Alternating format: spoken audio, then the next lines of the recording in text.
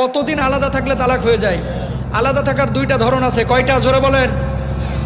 ওমর ফারুক রাদিয়াল্লাহু তাআলা রাস্তা দিয়ে হেঁটে যাচ্ছেন, এক মহিলা খুব কামনা করছে রাত্রিবেলায়, যদি আমার স্বামী থাকতো, স্বামীকে গান গল্প করতাম, স্বামীর সঙ্গে আমোদ ফুর্তি করতাম, এই ধরনের আকাঙ্ক্ষা করতেছে। মহিলা তো আর জানে না যে উমর ঘুরতেছে বাড়ির আশপাশে, কারণ উমরের এটা একটা স্বভাব ছিল, রাত্রিবেলায় কার ঘরে কি দুঃখ আছে এটা বুঝা, তারপরে সিদ্ধান্ত নেওয়া। পরের দিন মহিলাকে ডাকে পাঠাইছে, এভাবে কি তোমার দুঃখটা কি বলো তো?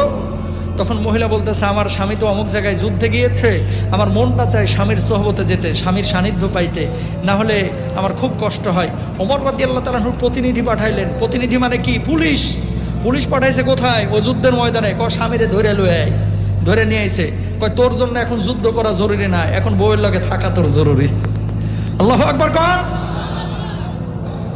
আজকে স্বামীরা অনেকে দেখবেন খুলনা বলেন, যশোর বলেন, বিয়ে করে বউ রাইখা ঢাকায় গেছে।